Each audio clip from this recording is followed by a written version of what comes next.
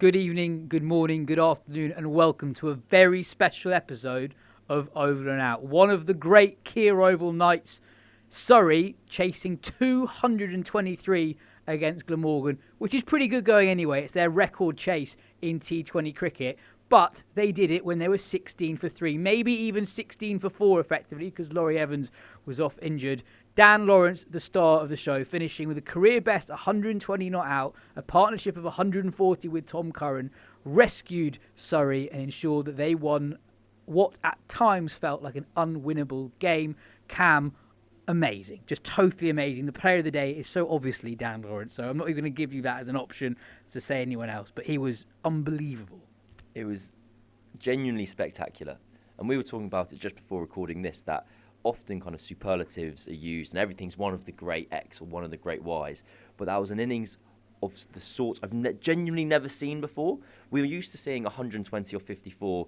Okay, Andre Russell's put 19 in the stands. But this was kind of precise as well as powerful. They were both him and Tom Curran, and they shared this 140-run partnership, were picking their risks so precisely and kind of smartly, that it didn't feel like reckless cricket where it was just biceps muscling the ball over the boundary. It was clever cricket, it was smart cricket, it was high quality cricket, and it was amazing to witness here on a Friday evening. There were some shots where I genuinely don't think I've ever seen before. Talk us through Dan Lawrence hitting balls that are basically on the wide line outside off stump over square leg.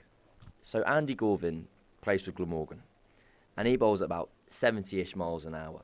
And now he's an incredibly skillful bowler, does loads of tricks, but unfortunately for him, he bowls at 70 miles an hour.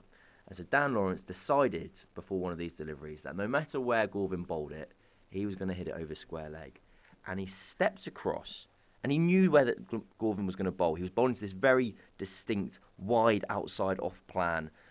So Lawrence stepped across and somehow off the back foot to a full-length delivery has picked it up and pulled it over square leg for 6 runs. You'll never genuinely go and find the highlight because you will never have seen a cricket shot like it before. It was entirely premeditated. How he's had the creativity and the execution to pull it off, it was wonderful. Yeah, Dan Lawrence is a creative shot maker at the best of times, but there were genuinely 2 or 3 incidents today where he was also mindful of the dimensions of the ground as well. He had different plans of attack depending on what side of the ground that he was batting on. It was genuinely breathtaking batting of the highest class. Tom Curran was brilliant too, because he sensed what his job was. Even though he was seeing the ball really well, he uppercut his second ball for 6, he nailed his first ball, although only for 1, he nailed it.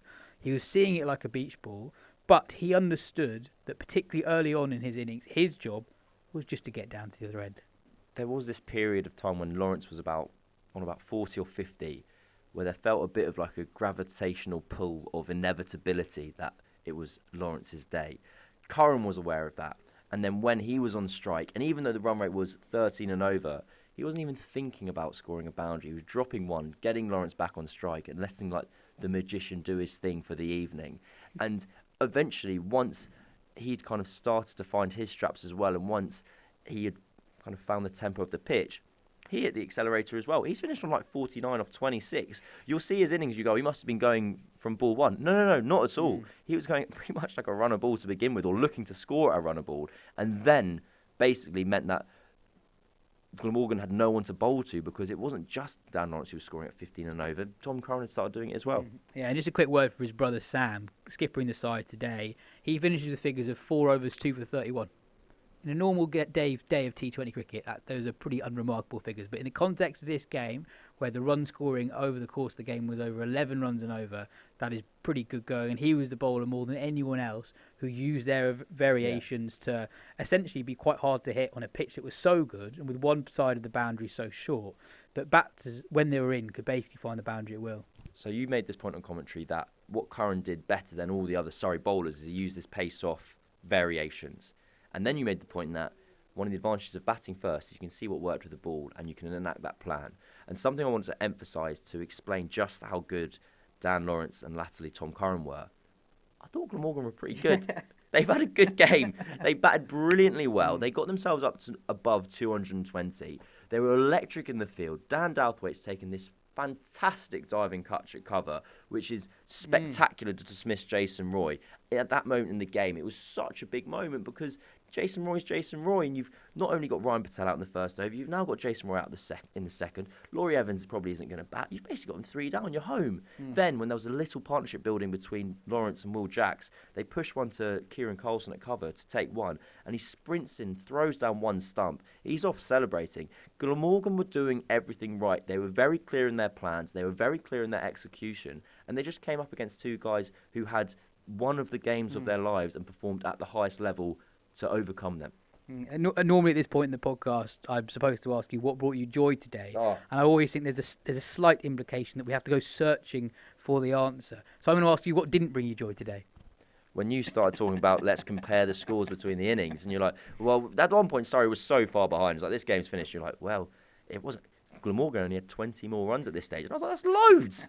It distracted me. It ruined my day. And why should people come back on Sunday? Top of the table clash. I mean, well, what more do you need? To be fair, it's not going to be as good as that. So maybe it's the one to miss on Sunday. Come watch it on the stream. Me and Yaz will be there. Well, Yaz will be there. I won't be there. But put it on the TV. That is everything from me and Cam. Thanks for joining us today. We'll be back for Sunday when Surrey take on Somerset in the top of the table clash here at the Keir Oval.